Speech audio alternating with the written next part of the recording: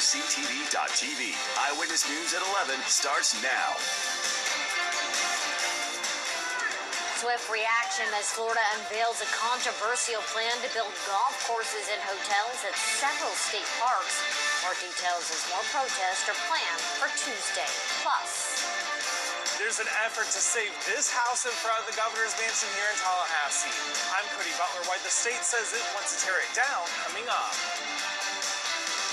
But first, a jury now deliberating for almost 5 hours in the theft and fraud trial of former Jefferson County Clerk Kirk Reeves. Thanks for joining us tonight at 11, everybody. I'm Abby Walton. Zach has the night off. Let's take a live look now from the Jefferson County Courthouse. Let's see that there. The jury began deliberating a little before 6:30 this evening. They're still inside. We're taking a look outside right now at 11:01. They're still there. They went into the deliberation room a little before 6:30 this evening after both attorneys made their final closing arguments. Our Stacey Eyewitness has been there since this morning and says so far the jury has asked 3 questions, and at this point there's no sign if the decision is near or if they could go home for the evening and then pick it up again tomorrow. The long day started with the former clerk taking the stand and testifying for hours today. The closing arguments from both sides. The state was up first, arguing Julian Dozier's audit of the clerk's office closes the gap on what they say Reeves is responsible for.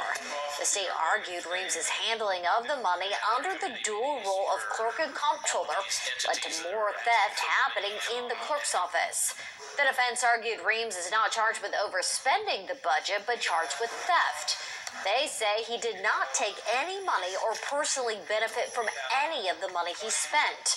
The defense repeatedly arguing during this case there's no actual evidence of theft.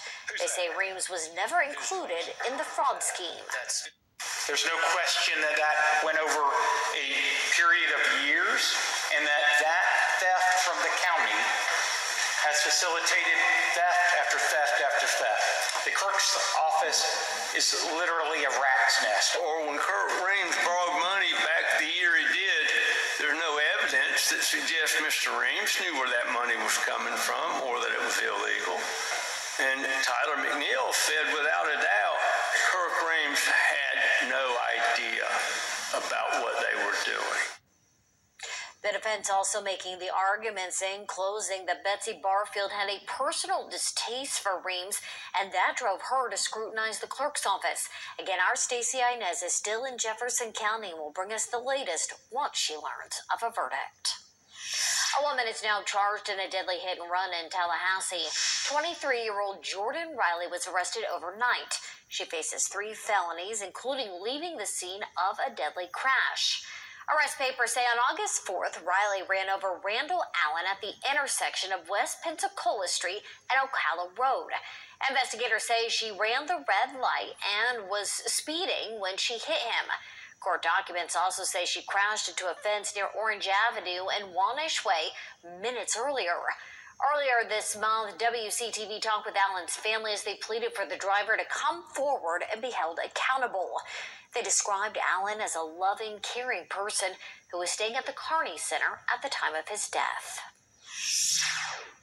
The International Airport continues to rebound. The number of passengers flying in and out, it now surpasses pre-pandemic levels. Comparing year to year, ridership at the airport is up 15%.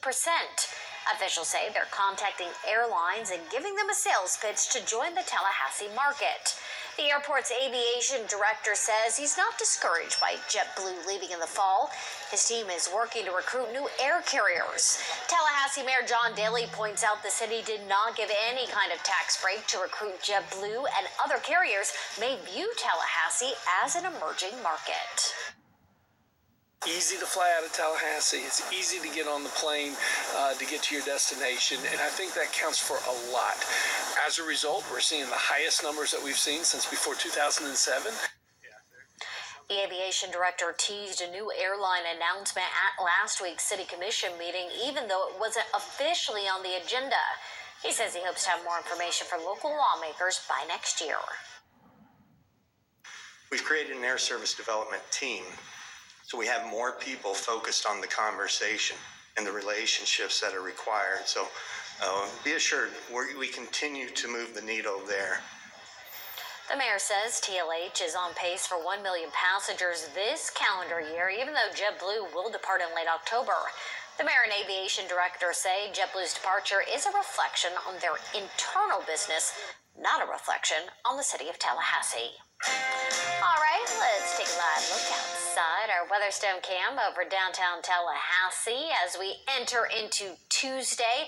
Hard to believe we are in the final week of August, and as Chief Meteorologist Mike McCall has been telling us all day long, it looks like it's going to be quite a steamy one. Mike? Yeah, I'm afraid that little taste of slightly cooler and drier air that we had last week was just that, a little taste, and now we're kind of getting back to more typical summery stuff. And that includes the showers and storms, although I think we'll see fewer of them as we go through the week and a little more heat.